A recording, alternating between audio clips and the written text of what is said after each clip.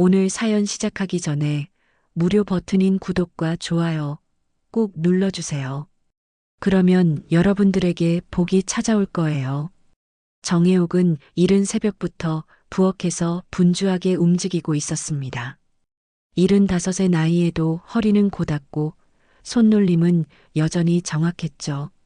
설 제사 준비는 해마다 반복되는 일이었지만 해옥에게 이 시간은 단순한 의례가 아니었습니다. 죽은 남편과 조상들 앞에서 자신이 이 집안을 잘 지켜왔다는 걸 증명하는 자리였으니까요. 어머니, 제가 도와드릴게요. 며느리 박지연이 부엌 문을 열고 들어왔습니다. 45살의 지연은 중학교에서 국어를 가르치는 교사였어요. 단정한 옷차림에 차분한 말투를 지닌 그녀는 언제나 예의 바른 모습을 보였지만 해옥의 눈에는 어딘가 마음이 닿지 않는 사람처럼 느껴졌습니다. 해옥의 말투는 퉁명스러웠습니다. 지연은 잠시 머뭇거리다가 고개를 숙이고 물러났죠. 이런 장면은 이 집에서 낯설지 않은 풍경이었어요. 25해를 함께 살았지만 시어머니와 며느리 사이의 벽은 여전히 두터웠습니다. 거실에서는 장남 정우석이 신문을 읽고 있었어요. 50살의 우석은 중견기업 부장으로 늘 바쁜 일정 속에서도 집안 대소사를 챙기는 책임감 있는 장남이었습니다. 넓은 이마와 각진 턱선은 아버지를 닮았고 말수가 적은 성격도 그대로 물려받았죠. 형님, 일찍 오셨네요? 현관문이 열리며 둘째 정현수가 들어왔습니다. 47의 현수는 형보다 3살 어렸지만 얼굴에는 형보다 더 많은 주름이 새겨져 있었어요. 작은 음식점을 운영하는 그는 자유로운 영혼이었지만 형에 비해 늘 부족하다는 소리를 들으며 자랐습니다. 제사가 내일인데 늦게 올 수는 없지. 우석의 대답은 짧았습니다. 현수는 씁쓸하게 웃으며 거실 한쪽에 자리를 잡았죠. 두 형제 사이에는 보이지 않는 긴장감이 흘렀어요. 어릴 적부터 비교당하며 자란 탓인지 둘 사이에는 형제보다는 묘한 경쟁심이 더 짙게 배어 있었습니다. 해옥은 부엌에서 나와 두 아들을 번갈아 바라봤습니다. 큰아들은 믿음직하지만 어딘가 차가웠고 둘째는 다정하지만 의지할 만큼 든든하지 못했죠. 어머니로서 두 아들을 똑같이 사랑한다고 생각했지만 마음 한구석에서는 늘 큰아들에게 더 기대는 자신을 발견하곤 했습니다. 현수야, 너는 언제 장가 갈 거냐? 이제 50도 가까운데. 해옥의 물음에 현수는 어색하게 웃었어요. 어머니, 제가 무슨 돈이 있어야 결혼을 하죠. 가게나 잘 꾸려가면 다행입니다. 그러게 말이야. 형처럼 좀 살았으면. 해옥은 말끝을 흐렸지만 그 의미는 충분히 전달됐습니다. 현수의 얼굴이 굳어졌고 우석은 신문에서 눈을 떼지 않았죠. 지연이 차를 내오며 분위기를 바꾸려 했지만 어색함은 쉽게 가시지 않았습니다. 저녁 무렵 해옥은 마당에 나가 제사에 쓸 나무를 다듬었어요. 차가운 겨울바람이 불었지만 손을 멈추지 않았습니다. 집안을 지키는 어른으로서 해야 할 일들이 산더미처럼 쌓여 있었으니까요. 그때 안방에서 희미한 불빛이 새어나왔습니다. 해옥은 무심코 고개를 들었죠. 창문 너머로 두 사람의 그림자가 보였어요. 한 명은 며느리 지연이었고 다른 한 명은 놀랍게도 둘째 아들 현수였습니다. 해옥은 숨을 죽였습니다. 두 사람은 가까이 앉아 무언가 이야기를 나누고 있었어요. 지연의 손이 현수의 손 위에 올려졌고 현수는 그 손을 감싸 쥐었습니다. 그 순간 두 사람이 바라보는 눈빛은 단순한 시동생과 형수 사이의 그것이 아니었죠. 해옥의 가슴이 철렁 내려앉았습니다. 손에 들고 있던 나물이 바닥에 떨어졌지만 주울 생각조차 나지 않았어요. 머릿속이 하얗게 변하며 온갖 생각들이 소용돌이 쳤습니다. 내가 잘못 본 걸까? 아니야, 분명히 봤어. 저 두 사람이 말도 안 돼. 이건 절대로 있을 수 없는 일이야. 해옥은 황급히 뒤를 돌아 부엌으로 들어갔습니다. 가슴이 두근거렸고 손이 떨렸죠. 하지만 아무 일도 없었다는 듯 행동해야 했어요. 내일은 제사였고 친척들이 모두 모이는 날이었습니다. 지금 당장 소란을 피워서는 안 됐죠. 해옥은 찬물을 한 모금 마시고 심호흡을 했습니다. 하지만 방금 본 장면은 머릿속에서 지워지지 않았어요. 며느리와 둘째 아들. 상상조차 하고 싶지 않은 관계였지만 이제는 외면할 수 없는 현실이 되어버렸습니다. 내가 어떻게 해야 하지? 우석이에게 말해야 하나? 아니면 모르는 척해야 하나? 해옥의 마음은 혼란스러웠습니다.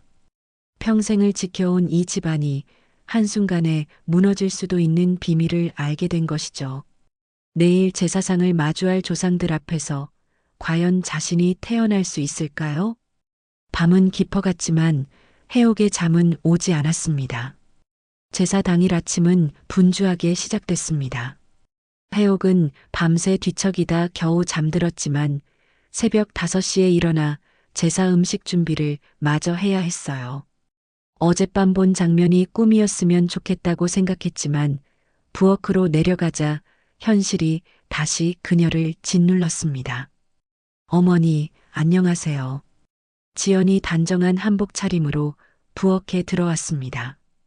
평소와 다름없는 공손한 태도였지만 해옥의 눈에는 모든 게 다르게 보였어요.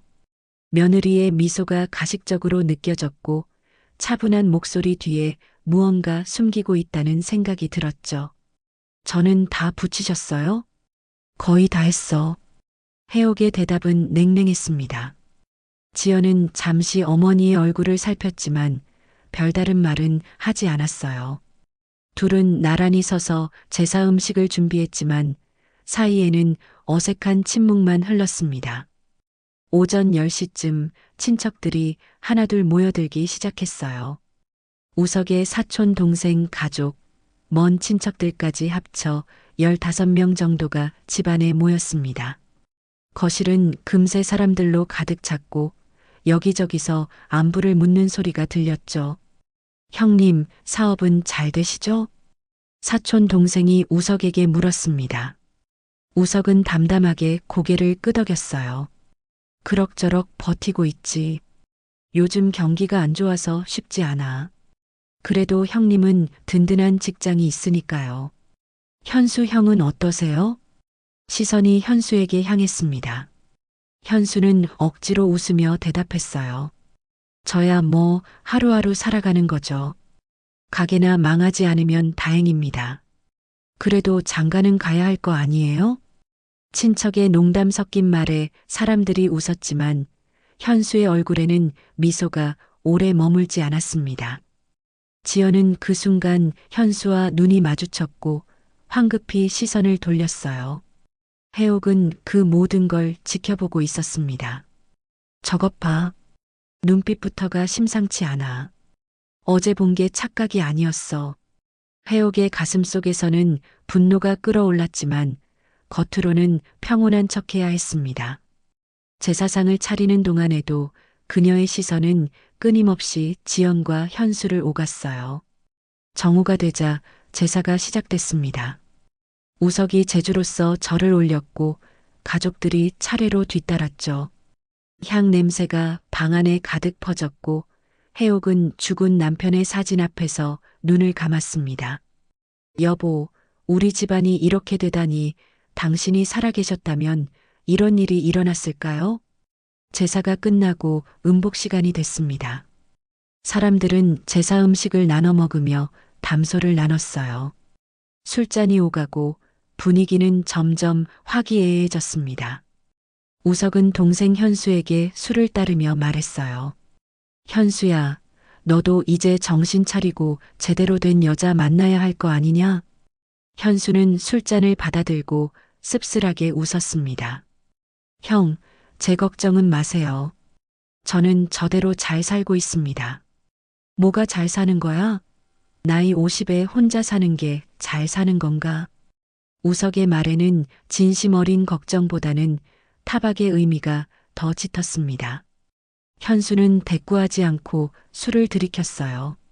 지연은 그 장면을 멀리서 지켜보다가 조용히 자리를 떠났습니다. 해옥은 지연이 마당으로 나가는 걸 봤어요. 잠시 후 현수도 화장실에 간다는 핑계로 자리를 떴습니다. 해옥의 심장이 빠르게 뛰기 시작했죠. 설마 지금 밖에서 만나려는 거 아니겠지? 해옥은 슬쩍 자리에서 일어나 마당 쪽을 살폈습니다. 창문 너머로 두 사람이 보였어요. 지연과 현수는 집 뒤편 감나무 아래 서서 무언가 이야기를 나누고 있었습니다. 거리는 예의상 적당히 떨어져 있었지만 두 사람의 표정은 심각했어요.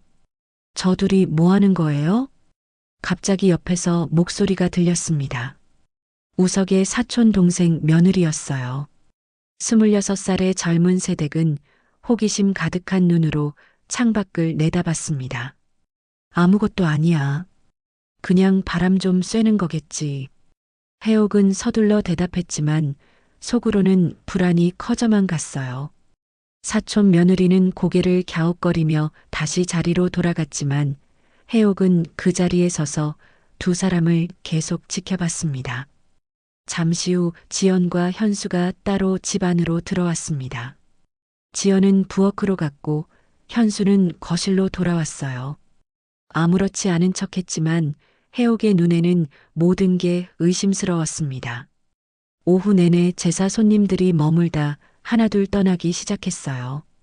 저녁 무렵이 되자 집안에는 직계 가족만 남았습니다. 우석은 피곤한 듯 소파에 누워 텔레비전을 봤고 현수는 혼자 담배를 피우러 밖으로 나갔죠. 해옥은 지연을 부엌으로 불렀습니다. 지연은 조심스럽게 다가왔어요. 해옥은 설거지를 하는 척하며 낮은 목소리로 물었습니다. 요즘 현수랑 무슨 일 있어? 지연의 얼굴이 순간 굳어졌습니다. 손에 들고 있던 접시가 살짝 떨렸죠. 어머니, 무슨 말씀이세요? 괜히 묻는 게 아니야. 내가 다 봤어. 해옥의 목소리는 차갑게 가라앉았습니다. 지연은 잠시 당황한 듯 했지만 이내 태연한 표정을 지으며 대답했어요. 어머니께서 무얼 보셨는지 모르겠지만 오해하신 것 같습니다. 현수 씨랑은 그냥 시동생과 형수 사이일 뿐이에요. 정말 그게 다야? 네, 그게 다입니다. 지연의 대답은 단호했지만 눈빛은 흔들렸습니다. 해옥은 더 이상 묻지 않았어요. 지금 당장 따지면 상황만 더 꼬일 것 같았으니까요. 밤이 깊어지고 가족들은 각자의 방으로 들어갔습니다. 해옥은 혼자 거실에 남아 어둠 속에 앉아 있었어요. 머릿속은 복잡했고 가슴은 답답했습니다. 이 일을 어떻게 해야 하나 우석이에게 말해야 할까? 아니면 좀 더 지켜봐야 할까? 그녀는 긴 한숨을 내쉬었습니다. 제사가 끝나고 며칠이 지났지만 해옥의 마음은 여전히 무겁기만 했습니다. 우석과 지연은 각자 일상으로 돌아갔고 현수도 가게로 복귀했죠. 겉으로 보기엔 평범한 일상이었지만 해옥의 눈에는 모든 게 의심스럽게 보였어요. 해옥은 매일 밤 잠들기 전에 생각했습니다. 혹시 자신이 너무 예민하게 반응하는 건 아닐까? 며느리와 둘째 아들 사이에 정말 그런 일이 있을 리 없다고 스스로를 설득해 보려 했죠. 하지만 그날 밤 본 장면과 제사 때의 분위기는 결코 착각이 아니었어요. 어머니, 제가 오늘 장 좀 봐올게요. 지연이 주말 아침 일찍 외출 준비를 하며 말했습니다. 해옥은 며느리의 얼굴을 유심히 살폈어요. 장은 무슨 장이야? 집에 먹을 게 많은데. 아, 그게 우석 씨가 좋아하는 반찬 재료 좀 사오려고요. 지연의 대답은 자연스러웠지만 해옥의 의심은 가시지 않았습니다. 지연은 서둘러 집을 나섰고 해옥은 창문 너머로 며느리가 사라지는 모습을 지켜봤죠. 1시간쯤 지났을까요? 해옥은 우연히 거실 소파에 놓인 지연의 휴대전화를 발견했습니다. 급하게 나가느라 두고 간 것 같았어요. 해옥은 잠시 망설였지만 결국 전화기를 집어들었습니다. 이러면 안 되는데 하지만 확인해 봐야 해. 전화기는 잠금이 걸려 있지 않았어요. 해옥은 떨리는 손으로 메시지함을 열었습니다. 그리고 그곳에서 현수와 주고받은 문자들을 발견했죠. 형수님, 오늘 시간 되세요? 잠깐이라도 만나면 안 될까요? 할 이야기가 있어요. 형님한테는 비밀로 해주세요. 해옥의 손이 덜덜 떨렸습니다. 문자 내용은 직접적이진 않았지만 뭔가 숨기고 있다는 건 명확했어요. 더 위로 올라가 보니 몇 달 전부터 주고받은 메시지들이 있었습니다. 형수님 덕분에 요즘 힘이 나요. 저도 현수 씨와 이야기할 때가 제일 편해요. 우리 이러면 안 되는 거 아는데. 마지막 문장을 보는 순간 해옥은 주저앉을 뻔했습니다. 이건 단순한 시동생과 형수 사이의 대화가 아니었어요. 분명히 선을 넘은 관계였죠. 어머니, 왜 그러세요? 갑자기 뒤에서 우석의 목소리가 들렸습니다. 해옥은 황급히 전화기를 내려놓으며 돌아섰어요. 아, 아무것도 아니야. 지연이가 전화기를 두고 가서. 그래요? 제가 갖다 줄까요? 아니, 괜찮아. 조금 있다 오겠지. 우석은 고개를 끄덕이고 다시 방으로 들어갔습니다. 해옥은 가슴을 쓸어내리며 소파에 주저앉았어요. 방금 본 문자 내용이 머릿속에서 맴돌았습니다. 이걸 우석이에게 말해야 하나? 아니면 혼자 해결해야 하나? 해옥은 깊은 고민에 빠졌습니다. 아들에게 이런 사실을 알리면 가정이 완전히 무너질 게 뻔했어요. 하지만 모른 척하고 넘어가기엔 너무나 큰 배신이었죠. 오후가 되어 지연이 장을 보고 돌아왔습니다. 그녀는 부엌에서 저녁 준비를 시작했고 해옥은 넌지시 다가가 물었어요. 장 보는데 오래 걸렸네? 아, 내 좋은 재료 찾느라 몇 군데 돌아다녔어요. 지연의 대답은 자연스러웠지만 해옥은 더 이상 믿을 수가 없었습니다. 설마 장을 보러 간 게 아니라 현수를 만나러 간 건 아닐까? 의심은 꼬리에 꼬리를 물었어요. 저녁 식사 시간 가족 셋이 식탁에 둘러앉았습니다. 우석은 피곤한 듯 말이 없었고 지연은 조용히 밥을 떠주었어요. 해옥은 두 사람을 번갈아 바라보며 입을 열었습니다. 우석아, 요즘 집에 일찍 들어오는구나. 네, 요즘은 업무가 좀 줄었어요. 지연이랑은 요즘 어때? 사이 좋지? 갑작스러운 질문에 우석이 고개를 들었습니다. 지연도 수저를 든 채 굳어졌어요. 어머니, 왜 갑자기 그런 말씀을? 그냥 물어보는 거야. 부부 사이는 항상 챙겨야 하는 거 아니겠어? 우석은 어색하게 웃으며 대답했습니다. 뭐, 그럭저럭 잘 지내고 있죠. 바쁘다 보니 서로 신경 쓸 겨를이 없긴 하지만요. 해옥은 그 말을 듣고 속으로 한숨을 쉬었어요. 바쁘다는 핑계로 아내를 소홀히 한 게 이런 결과를 낳은 건 아닐까? 하지만 그렇다고 해서 며느리의 행동이 정당화될 순 없었습니다. 식사를 마치고 우석은 서재로 들어갔습니다. 지연은 설거지를 하러 부엌으로 갔고 해옥은 거실에 혼자 남았어요. 그때 현수에게서 전화가 걸려왔습니다. 어머니, 저 현수예요. 왜? 무슨 일이야? 아, 별일은 아니고 다음 주말에 제가 집에 한번 들를게요. 어머니 뵙고 싶기도 하고요. 해옥은 냉랭하게 대답했습니다. 와서 뭐하게? 바쁠 텐데 그냥 가게나 잘 돌봐. 어머니, 왜 그러세요? 제가 뭐 잘못했어요? 아니다. 알아서 해라. 해옥은 전화를 끊어버렸습니다. 현수의 목소리를 듣는 것조차 괴로웠어요. 둘째 아들에 대한 실망감이 가슴을 짓눌렀죠. 그날 밤 해옥은 또다시 잠을 이루지 못했습니다. 창밖으로 보이는 어둠 속에서 무수한 생각들이 스쳐 지나갔어요. 이 상황을 어떻게 해결해야 할까? 당장 폭로하면 가정이 무너지고 모른 척하면 양심이 허락하지 않았습니다. 일단은 좀 더 지켜봐야겠어. 확실한 증거를 잡기 전까진 섣불리 움직이면 안 돼. 해옥은 그렇게 결심했지만 마음 한편으론 이미 확신하고 있었습니다. 며느리와 둘째 아들 사이에 뭔가 있다는 거요. 문제는 그 뭔가가 어디까지인지, 그리고 그걸 어떻게 끝내야 하는지였습니다. 새벽녘 해옥은 간신히 눈을 붙였습니다. 하지만 꿈속에서도 불안한 장면들이 이어졌고 아침이 되어 눈을 떴을 땐 온몸이 무겁게 가라앉아 있었어요. 일주일이 흘렀습니다.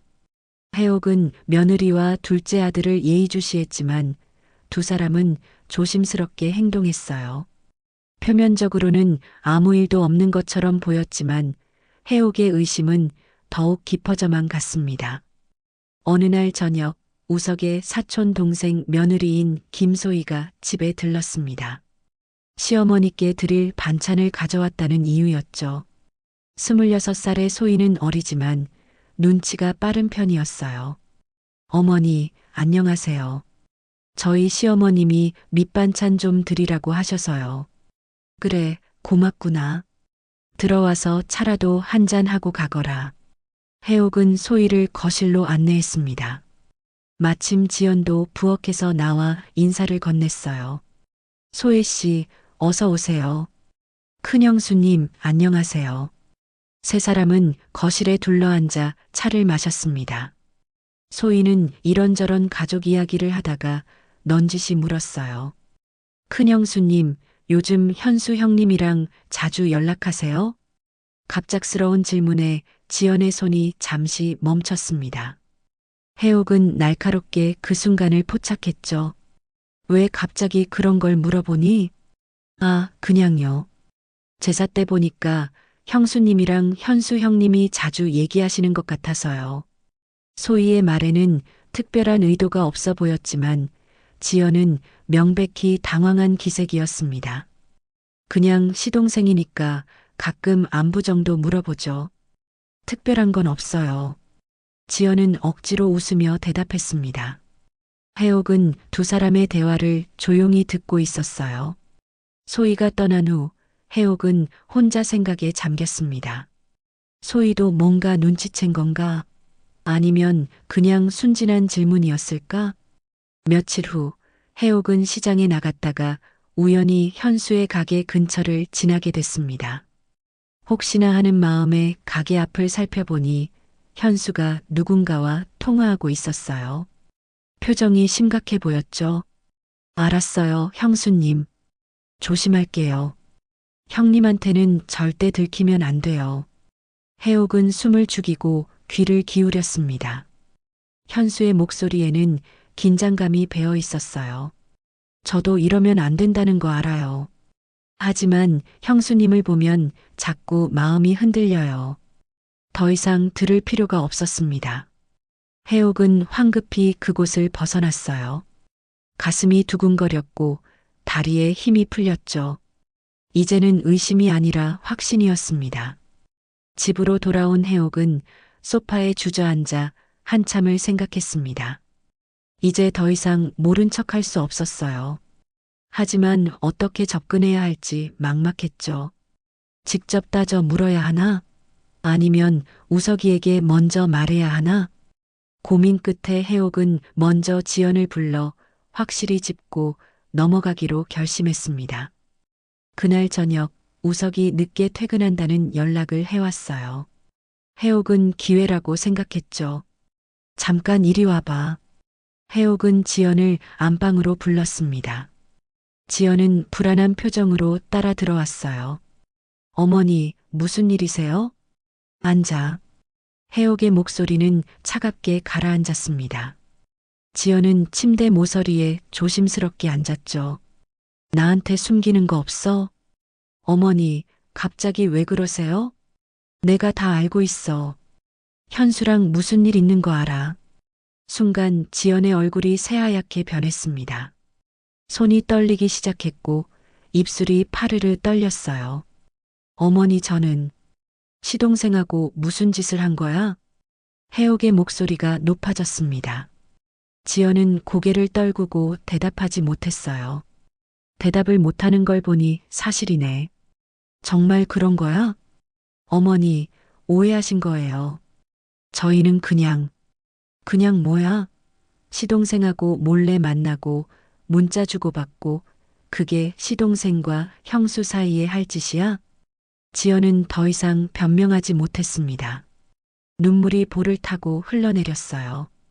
죄송해요, 어머니. 저도 제가 왜 이러는지 모르겠어요. 모른다고? 우석이 아내인 걸 모르나? 현수가 우석이 동생인 걸 모르나? 해옥의 목소리는 분노로 떨렸습니다.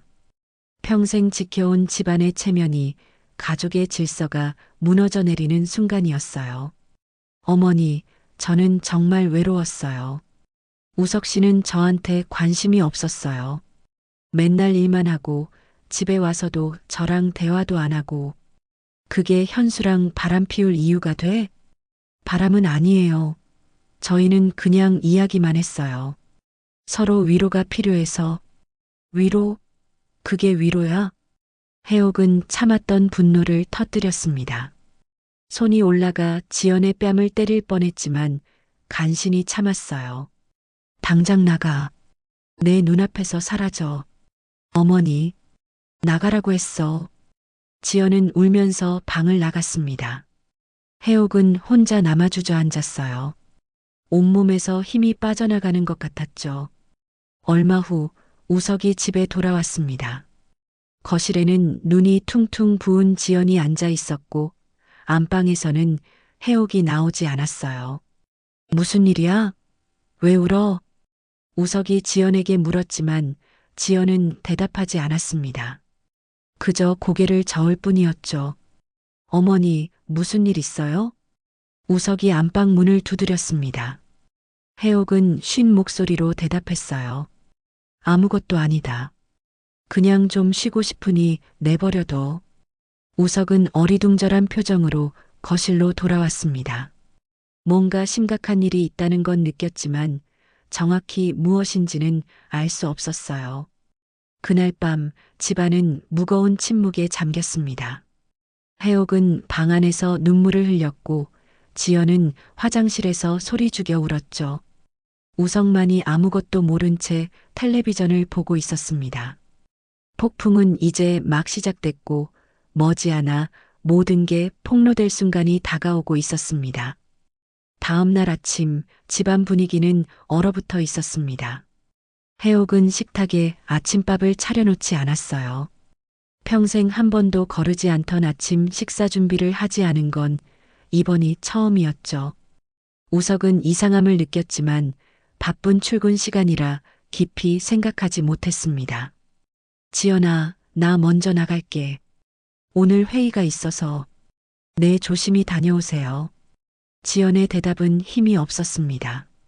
우석은 의아한 표정을 지었지만 서둘러 집을 나섰어요. 문이 닫히자마자 해옥이 방에서 나왔습니다. 오늘 현수한테 연락하지 마. 어머니, 한마디라도 하면 당장 우석이한테 다 말할 거야. 알아들었어? 지연은 고개를 끄덕일 수밖에 없었습니다. 해옥의 눈빛은 결연했고 더 이상 물러설 기색이 없었어요. 그날 오후 해옥은 혼자 현수의 가게로 향했습니다.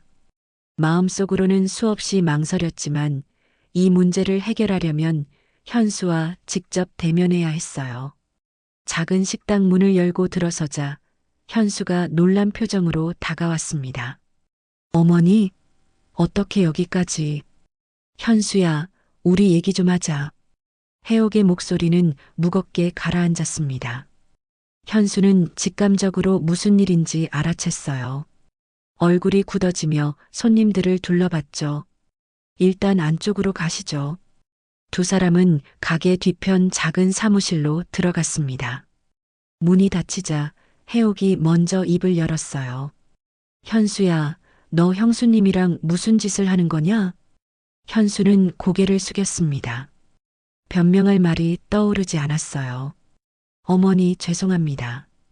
죄송하다고? 그게 끝이야? 내 형수야. 내 형의 아내란 말이다. 저도 잘못된 거 압니다. 하지만 저도 어쩔 수가 없었어요. 어쩔 수 없다니? 무슨 소리야? 현수는 주먹을 불끈 쥐었습니다. 평소에 하지 못했던 말들이 목구멍까지 차올랐어요.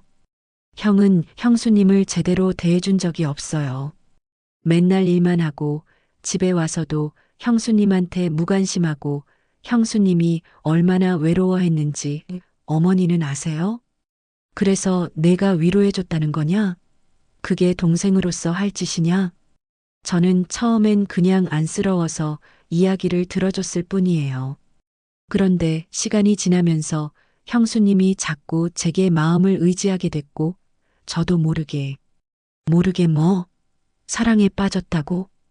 해옥의 목소리가 높아졌습니다. 현수는 대답하지 못했어요. 침묵이 곧 대답이었죠. 현수야, 너 제정신이냐? 그게 사랑이라고 생각하는 거냐? 그건 배신이야. 형한테도, 이 가족한테도 배신이라고. 알아요, 다 알아요. 하지만 제 마음은 어쩔 수가 없었어요. 현수의 목소리는 떨렸습니다. 눈가가 붉어졌지만 눈물은 참았어요. 당장 끊어. 형수님이랑 다시는 연락하지 마. 어머니, 이번 한 번만이다. 내가 우석이한테 말하지 않을 테니 너는 당장 형수님이랑 관계를 정리해. 알아들었지? 현수는 고개를 끄덕였습니다. 하지만 그의 눈빛에는 여전히 갈등이 남아 있었어요. 해옥이 가게를 나서려는 순간 뒤에서 작은 목소리가 들렸습니다. 어머니 한 가지만 물어봐도 될까요? 해옥은 멈춰섰습니다. 왜? 어머니는 평생 아버지를 사랑하셨어요? 갑작스러운 질문에 해옥은 돌아섰습니다. 현수는 진지한 표정으로 어머니를 바라봤어요. 무슨 뜻이냐? 아버지도 어머니한테 무심했잖아요. 평생 일만 하시고 어머니한테 따뜻한 말 한마디 안 하시고 그런데도 어머니는 참고 사셨죠. 그게 진짜 사랑이었나요? 아니면 그냥 의무였나요? 해옥의 가슴이 철렁했습니다. 현수의 말이 가슴 깊은 곳을 찔렀어요. 너 지금 나한테 대들려고 그러는 거냐? 아니에요. 그냥 진짜 궁금해서요. 형수님은 형 곁에 있지만 마음은 외롭다고 했어요. 저는 그 외로움을 채워주고 싶었을 뿐이에요. 그게 내가 할 짓은 아니었어. 해옥은 더 이상 대화하지 않고 가게를 나왔습니다. 하지만 현수의 말은 계속 머릿속을 맴돌았어요. 집으로 돌아오는 길, 해옥은 과거를 떠올렸습니다. 남편은 정말 자신을 사랑했을까? 아니면 그냥 책임감으로 가정을 지켰을까? 자신도 외로웠던 순간들이 있었지만 그저 참고 살았죠. 그게 아내의 도리라고 생각했으니까요. 하지만 지연이는 다른가? 요즘 세상은 다른 건가? 해옥은 혼란스러웠습니다. 분명 잘못된 일이지만 한편으론 지연의 외로움도 이해가 됐어요. 집에 도착하니 소희가 다시 찾아와 있었습니다. 이번엔 친정 어머니가 보낸 과일을 들고 왔다고 했죠.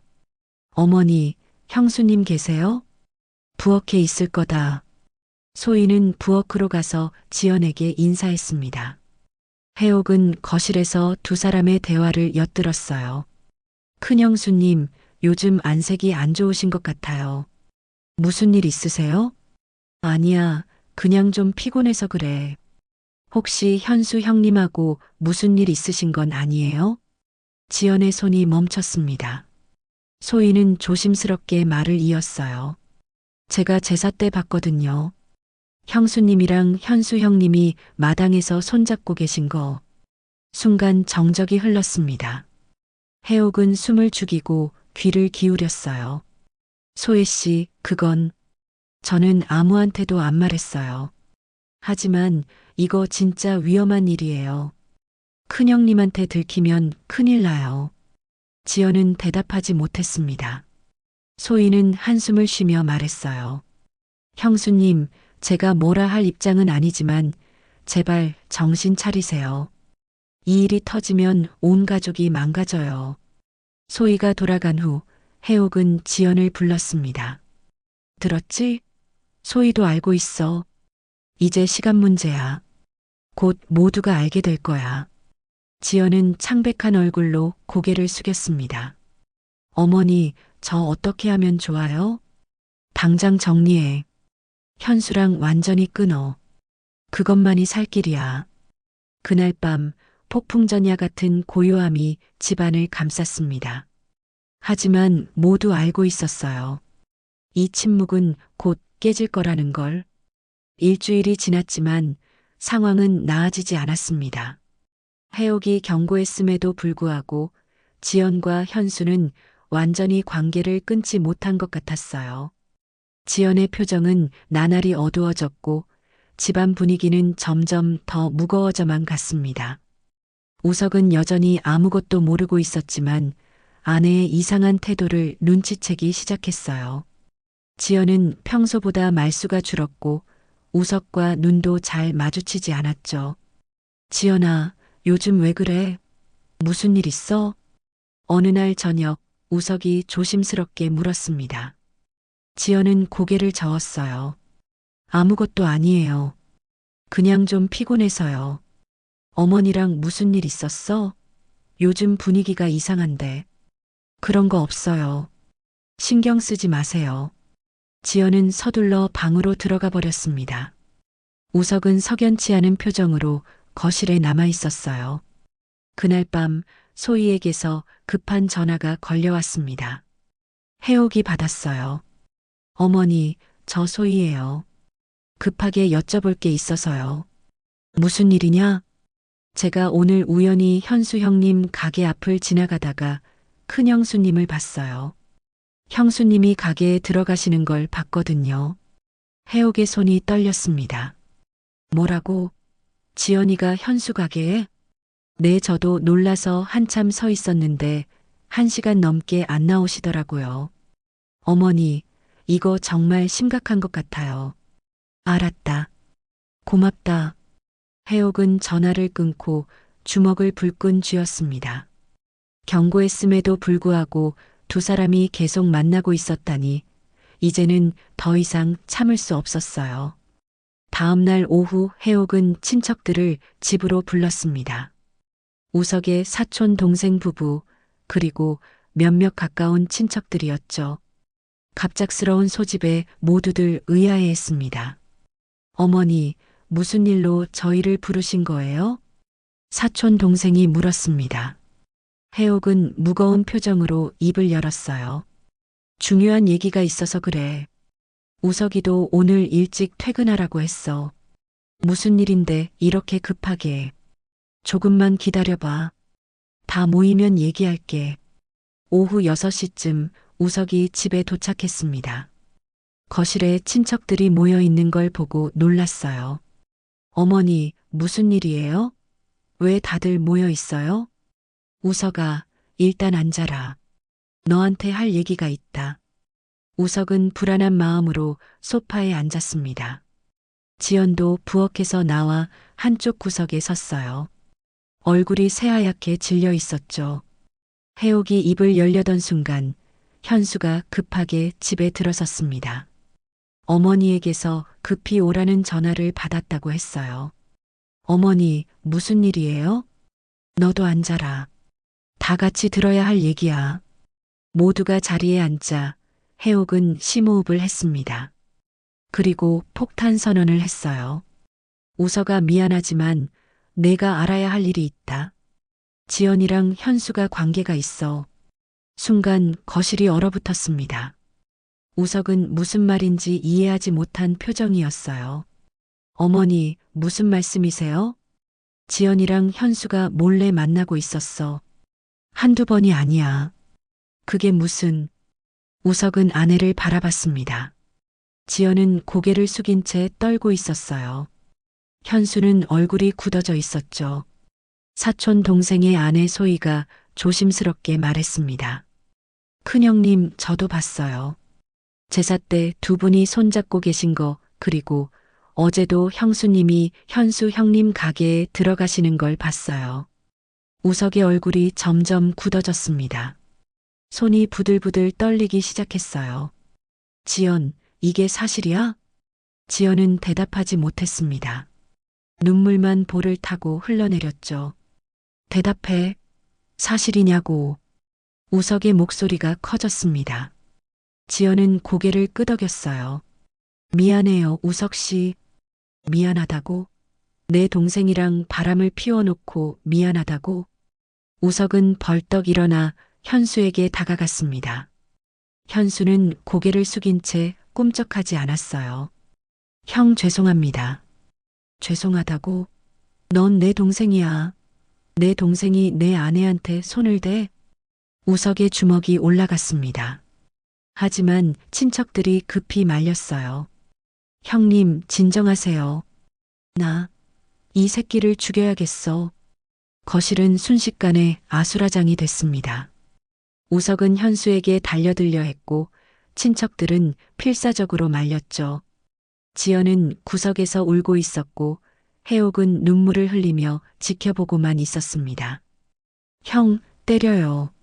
제가 잘못했어요. 다 제 잘못이에요. 현수가 무릎을 꿇었습니다. 우석은 주먹을 휘둘렀지만 마지막 순간 멈췄어요. 대신 현수의 멱살을 잡고 소리쳤습니다. 너, 내가 어떻게 나한테 이럴 수가 있어?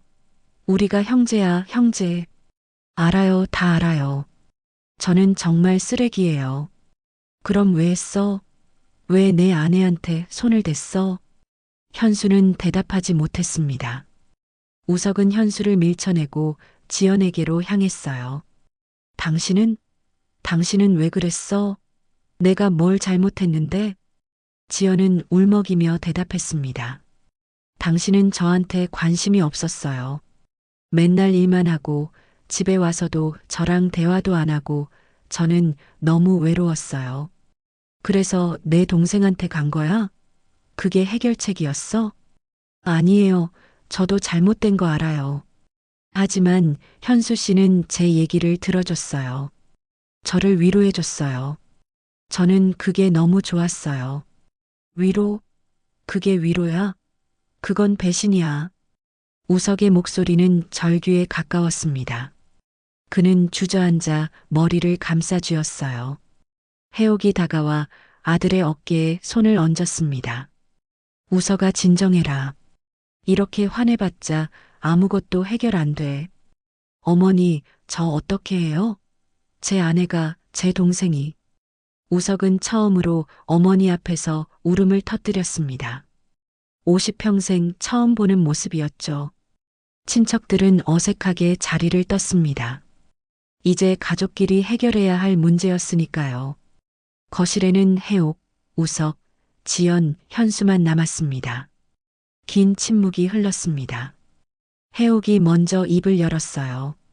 우석아, 현수야, 그리고 지연이. 우리 이제 어떻게 할 거냐? 아무도 대답하지 못했습니다. 집안은 완전히 무너져 내렸고 앞으로 어떻게 될지 아무도 알 수 없었어요. 밤은 깊어만 갔고 네 사람은 각자의 고통 속에서 밤을 지새웠습니다. 폭로가 있은 후 사흘이 지났습니다. 그 사이 집안은 죽은 듯이 조용했어요. 우석은 회사에 병가를 내고 집에만 틀어박혀 있었고 지연은 친정으로 돌아갔습니다. 현수는 연락이 두절됐죠. 해옥은 혼자 거실에 앉아 멍하니 창밖을 바라봤습니다. 평생 지켜온 가정이 한순간에 무너져 내렸어요. 이 모든 게 현실인지 꿈인지 구분이 가지 않았습니다. 내가 폭로하지 말았어야 했나? 아니면 더 일찍 막았어야 했나? 후회와 자책이 밀려왔지만 이미 엎질러진 물이었어요. 해옥은 긴 한숨을 내쉬며 일어섰습니다. 이제 누군가는 이 상황을 정리해야 했고 그게 어머니로서 자신의 몫이라는 걸 알고 있었죠. 해옥은 먼저 우석의 방문을 두드렸습니다. 우서가 나다. 문 좀 열어라. 한참 후에야 문이 열렸습니다. 우석은 수염도 깎지 않은 채 푸석한 모습이었어요. 눈은 충혈돼 있었고 입술은 바짝 말라 있었죠. 어머니, 이렇게 있으면 안 된다. 나와서 밥이라도 먹어라. 식욕이 없어요. 그래도 먹어야지. 내가 이렇게 무너지면 어떡하니? 해옥은 아들을 거실로 이끌었습니다. 식탁에는 간단한 죽이 준비돼 있었어요. 우석은 억지로 숟가락을 들었지만 목으로 넘기기가 힘들었습니다. 어머니, 저 어떻게 해야 해요? 일단 정신부터 차려야지. 그래야 앞으로 어떻게 할지 생각할 수 있어. 생각이 안 나요.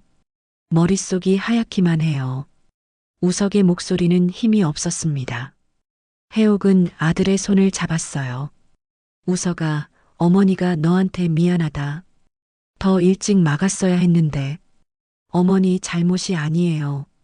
저랑 지연이 문제였죠. 너희 부부 사이가 그렇게 안 좋았니? 우석은 고개를 끄덕였습니다. 저는 지연이를 사랑한다고 생각했어요. 하지만 어느 순간부터 그냥 익숙한 사람이 된 것 같아요. 대화도 없고 서로 무관심했죠. 그래도 이혼할 생각은 없었어요. 그냥 이렇게 사는 게 부부인 줄 알았어요. 지연이는 외로웠을 거야. 알아요. 이제는 알아요. 하지만 그렇다고 해서 내 동생한테 간 건 용서할 수 없어요. 우석의 목소리가 떨렸습니다.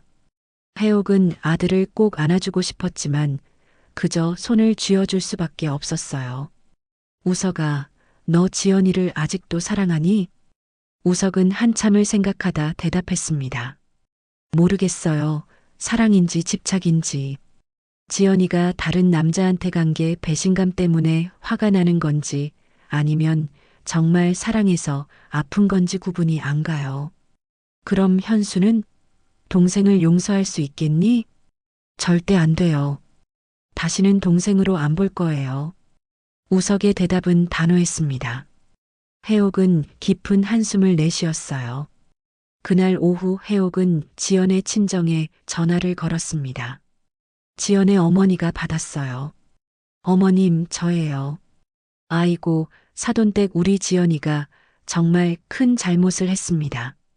제가 몰아드릴 말씀이 됐습니다. 이미 벌어진 일인데요. 지연이 좀 바꿔주시겠어요? 잠시 후 지연이 전화를 받았습니다. 목소리가 쉬어 있었어요. 어머니, 지연아, 너 지금 어떻게 할 생각이니? 죄송해요, 어머니. 정말 죄송해요. 사과는 됐고 앞으로 어떻게 할 거냐고 물어보는 거야. 지연은 한참을 울다가 대답했습니다. 저는 우석 씨랑 이혼하는 게 맞을 것 같아요. 제가 더 이상 그 집에 있을 자격이 없어요. 현수는?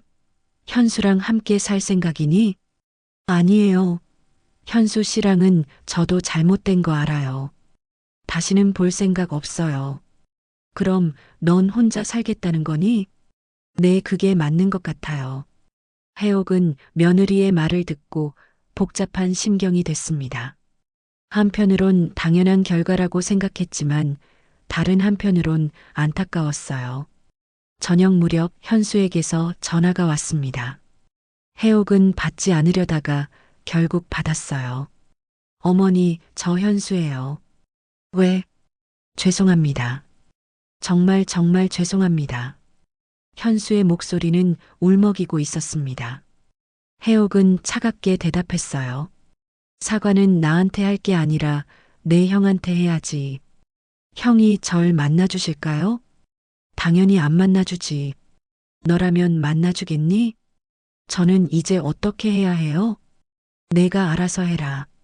넌 이제 어른이야. 내 인생은 내가 책임져야지. 어머니, 저 정말 형수님을 사랑했어요. 장난이나 일시적인 감정이 아니었어요. 사랑이라고? 그게 사랑이니? 그건 욕심이야. 가져서는 안 될 걸 탐낸 거라고. 해옥의 목소리는 냉정했습니다. 현수는 한동안 말이 없다가 작은 목소리로 말했어요. 저 가게 정리하고 지방으로 내려갈게요. 다시는 형 앞에 나타나지 않을게요. 그게 나을 것 같구나. 어머니 그동안 감사했습니다. 못난 아들 낳아서 죄송합니다. 현수는 전화를 끊었습니다. 해옥은 전화기를 내려놓고 눈물을 흘렸어요. 비록 잘못을 저질렀지만 현수도 자신의 아들이었으니까요. 며칠 후 우석과 지연은 변호사 사무실에서 만났습니다. 이혼 서류에 서명하기 위해서였죠. 둘은 서로 얼굴도 제대로 마주치지 못했습니다. 지연 씨, 위자료는 청구 안 할게요. 그냥 깨끗이 헤어지죠. 고마워요. 그리고 미안해요. 이제 그런 말 하지 마요. 우리 이미 남이니까. 서류의 마지막 서명이 떨어지는 순간 25년의 결혼 생활이 끝났습니다. 지연은 사무실을 나서며 눈물을 흘렸고 우석은 무표정하게 서류를 바라봤어요. 해옥은 집에서 두 사람이 돌아오기를 기다렸습니다.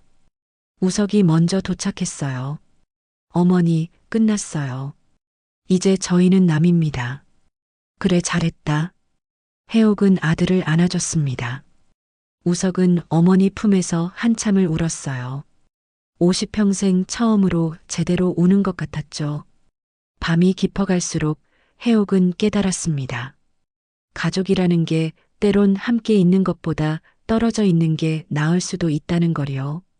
무너진 가정을 억지로 붙잡는 것보다 각자의 길을 가는 게 모두를 위해 나을 수도 있다는 걸요. 1년이 흘렀습니다. 해옥은 여전히 그 집에서 혼자 살고 있었어요. 우석은 이혼 후 작은 아파트로 이사했고 주말마다 어머니를 찾아왔습니다.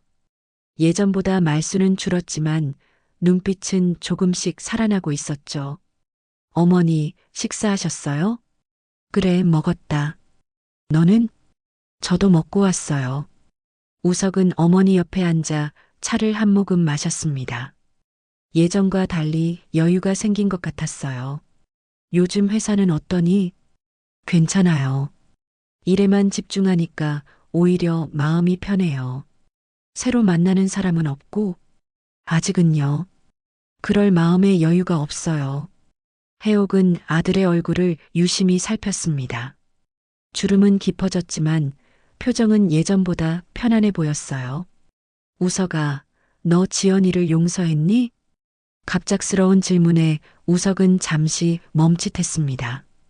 한참을 생각하다 대답했어요. 용서했다기보다는 이해하게 됐어요. 제가 그렇게 만든 것도 있으니까요. 그래도 배신은 배신 아니냐? 맞아요. 하지만 저도 좋은 남편은 아니었어요. 지연이의 외로움을 몰라줬죠. 이제는 그냥 서로 안 맞았던 거라고 생각해요. 해옥은 아들의 성숙해진 모습에 안도했습니다. 시간이 많은 걸 치유해 준 것 같았어요. 현수는 어떻게 생각하니? 아직은 용서 못하겠어요. 하지만 미워하지도 않아요. 그냥 남이라고 생각해요. 우석의 대답은 담담했습니다. 해옥은 고개를 끄덕였어요. 지연은 이혼 후 다른 도시로 이사했습니다. 작은 학원에서 아이들을 가르치며 조용히 살고 있었어요. 처음엔 죄책감과 자책으로 힘들었지만 시간이 지나며 조금씩 평온을 되찾았죠. 어느 날 저녁 지연은 혼자 공원을 산책하고 있었습니다. 벤치에 앉아 하늘을 바라보며 지난 일들을 떠올렸어요. 나는 왜 그랬을까? 정말 현수 씨를 사랑했던 걸까? 아니면 그냥 외로움을 채우려 했던 걸까? 지금 생각해보면 그건 사랑이 아니었던 것 같았습니다. 우석에 대한 불만과 외로움이 만들어낸 착각이었죠. 하지만 그 착각 때문에 너무나 많은 것을 잃었어요. 지연은 휴대전화를 꺼내 우석에게 문자를 보낼까 고민했습니다. 사과하고 싶었고 잘 지내는지 궁금했어요. 하지만 결국 전화기를 다시 주머니에 넣었습니다. 이제는 서로의 삶을 방해하지 않는 게 진짜 배려라는 걸 알았으니까요. 현수는 제주도로 내려갔습니다. 작은 민박집을 운영하며 혼자 살고 있었어요. 바다를 바라보며 하루하루를 보냈고 손님들과 짧은 대화를 나누는 게 전부였죠. 어느 날 아침 현수는 형에게 편지를 썼습니다. 1년 동안 수십 번을 쓰고 찍기를 반복했지만 오늘은 끝까지 써내려갔어요. 형, 잘 지내시는지 모르겠습니다. 저는 제주도에서 작은 민박을 하며 살고 있습니다. 형한테 용서받으려고 이 편지를 쓰는 건 아닙니다. 그럴 자격이 없다는 걸 잘 알고 있으니까요. 다만 제 진심을 전하고 싶었습니다. 형수님을 사랑한다고 생각했지만 그건 제 착각이었던 것 같습니다. 저는 형처럼 되고 싶었고 형이 가진 걸 갖고 싶었던 거였어요. 형수님은 그 욕심의 대상이었을 뿐이죠. 정말 죄송합니다. 다시는 형 앞에 나타나지 않겠습니다. 건강하세요. 현수는 편지를 봉투에 넣었지만 붙이지는 않았습니다. 그저 서랍 깊숙이 넣어두었어요. 언젠가 용기가 생기면 보낼 수 있을까요? 해옥은 요즘 자주 남편 산소를 찾았습니다. 무덤 앞에 앉아 혼자 이야기를 나눴어요. 여보, 우리 집안이 이렇게 됐어요. 당신이 살아계셨다면 이런 일이 안 일어났을까요? 바람만이 대답할 뿐이었습니다. 해옥은 쓸쓸하게 웃었어요. 평생 이 집안을 지켰다고 생각했는데 결국 다 흩어져 버렸네요. 제가 뭘 잘못한 걸까요? 해옥은 자신에게 계속 물었습니다. 더 현명하게 대처했어야 했을까? 아니면 아예 모른 척 했어야 했을까? 하지만 아무리 생각해도 정답은 없었어요. 이제는 알 것 같아요. 가족이라고 해서 무조건 함께 있어야 하는 건 아니더라고요. 각자의 길을 가는 것도 사랑일 수 있다는 걸요. 해옥은 남편 묘비를 쓰다듬으며 일어섰습니다. 집으로 돌아가는 길, 석양이 아름다웠어요. 설날이 다시 돌아왔습니다. 해옥은 혼자 제사상을 차렸어요. 예전처럼 북적이지는 않았지만 정성스럽게 음식을 준비했습니다. 우석이 찾아왔습니다. 혼자였어요. 어머니, 제가 도와드릴게요. 그래, 고맙다. 두 사람은 나란히 서서 제사 준비를 마쳤습니다. 예전처럼 많은 사람은 없었지만 마음만은 더욱 진심이었어요. 제사를 지내는 동안 해옥은 문득 둘째 아들이 생각났습니다. 지금쯤 현수는 뭘 하고 있을까? 혼자 외롭지는 않을까? 제사가 끝나고 음복을 하는데 현관문이 열렸습니다. 해옥과 우석은 놀라서 돌아봤어요. 현수였습니다. 수염을 깎고 단정한 옷을 입은 모습이었죠. 어머니, 저 들어와도 될까요? 해옥은 잠시 망설였습니다. 우석은 표정이 굳어졌어요. 하지만 해옥은 천천히 고개를 끄덕였습니다. 들어와라. 현수는 조심스럽게 들어와 제사상 앞에 무릎을 꿇었습니다. 절을 올리고 한참을 그 자리에 있었어요. 형 죄송합니다. 용서해달라는 게 아니라 그냥 미안하다는 말하고 싶었습니다. 우석은 아무 대답도 하지 않았습니다. 현수는 일어나 어머니를 바라봤어요. 어머니, 저 이제 다시 제주도로 내려갈게요. 명절이라 인사드리러 왔습니다. 밥이라도 먹고 가거라. 아니에요. 저는 이만. 앉아. 해옥의 목소리는 단호했습니다. 현수는 주저하다가 식탁 끝자리에 앉았어요. 세 사람은 어색하게 밥을 먹었습니다. 식사를 마치고 현수가 일어서려 할 때 우석이 입을 열었습니다. 잘 지내라. 짧은 한마디였지만 그 안에는 많은 의미가 담겨 있었어요. 용서는 아니었지만 미움도 아니었죠. 그저 각자의 길을 인정한다는 뜻이었습니다. 형도 건강하세요. 현수는 집을 나섰습니다. 해옥은 창문 너머로 둘째 아들이 사라지는 모습을 지켜봤어요. 어머니, 괜찮으세요? 괜찮다. 이제는 다들 자기 길을 가야지. 해옥은 조용히 미소 지었습니다. 가족이 흩어졌지만 그게 끝은 아니라는 걸 알았어요. 각자의 자리에서 각자의 삶을 살아가는 것, 그것도 가족이 존재하는 방식이었으니까요. 저녁이 되자 우석도 돌아갔습니다. 해옥은 혼자 남아 차를 마셨어요. 비록 함께는 아니지만 저마다의 길에서 평안을 찾기를. 해옥은 창밖을 바라보며 조용히 기도했습니다. 무너진 가정이었지만 새로운 시작이기도 했죠. 상처는 남았지만 그 상처를 안고 살아가는 법을 배웠습니다. 밤하늘에는 별이 빛나고 있었습니다. 각자 다른 곳에서 빛나지만 모두 같은 하늘 아래 있는 것처럼요. 해옥은 전등을 끄고 방으로 들어갔습니다. 내일은 또 새로운 하루가 시작될 것입니다. 혼자지만 외롭지 않은, 흩어졌지만 여전히 가족인 그런 하루가요.